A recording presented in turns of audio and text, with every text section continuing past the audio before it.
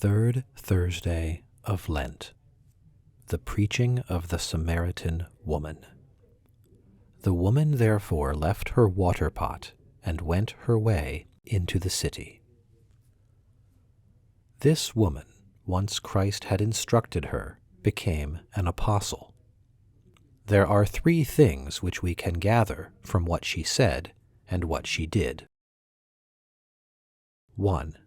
The entirety of her surrender to our Lord.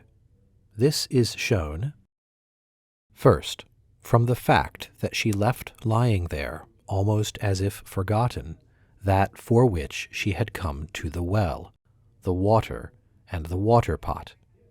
So great was her absorption. Hence it is said, the woman left her water pot and went away into the city, went away to announce the wonderful works of Christ. She cared no longer for the bodily comforts in view of the usefulness of better things, following in this the example of the apostles, of whom it is said that, leaving their nets, they followed the Lord. The water pot stands for fashionable desire, by means of which men draw up pleasures from those depths of darkness signified by the well, that is, from practices which are of the earth. Those who abandon such desires for the sake of God are like the woman who left her water pot. Second, from the multitude of people to whom she tells the news, not to one, nor to two or three, but to a whole city. This is why she went away into the city. 2. A method of preaching. She saith to the men there, Come and see a man who has told me all things whatsoever I have done. Is not he the Christ? First, she invites them to look upon Christ. Come and see a man. She did not straightway say that they should give themselves to Christ, for that might have been for them an occasion for blasphemy. But, to begin with, she told them things about Christ which were believable and open to observation. She told them he was a man. Nor did she say, Believe, but come and see.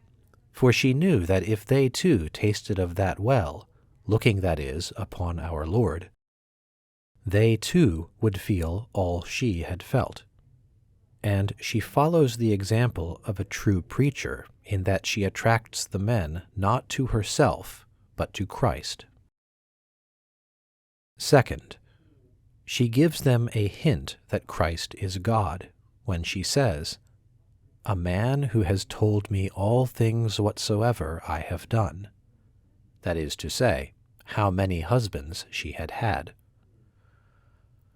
She is not ashamed to bring up things that make for her own confusion, because the soul, once it is lighted up with the divine fire, in no way looks to earthly values and standards, cares neither for its own glory nor its shame, but only for that flame which holds and consumes it. Third, she suggests that this proves the majesty of Christ, saying, Is not he the Christ? She does not dare to assert that he is the Christ, lest she have the appearance of wishing to teach others, and the others, irritated thereat, refuse to go out to him. Nor, on the other hand, does she leave the matter in silence, but she puts it before them questioningly, as though she left it to their own judgment, for this is the easiest of all ways of persuasion. 3. The fruit of preaching. They therefore went out of the city, and came unto Christ. Hereby it is made clear to us that if we would come to Christ, we too must go out of the city, which is to say, we must lay aside all love of bodily delights. Let us go forth therefore to him without the camp.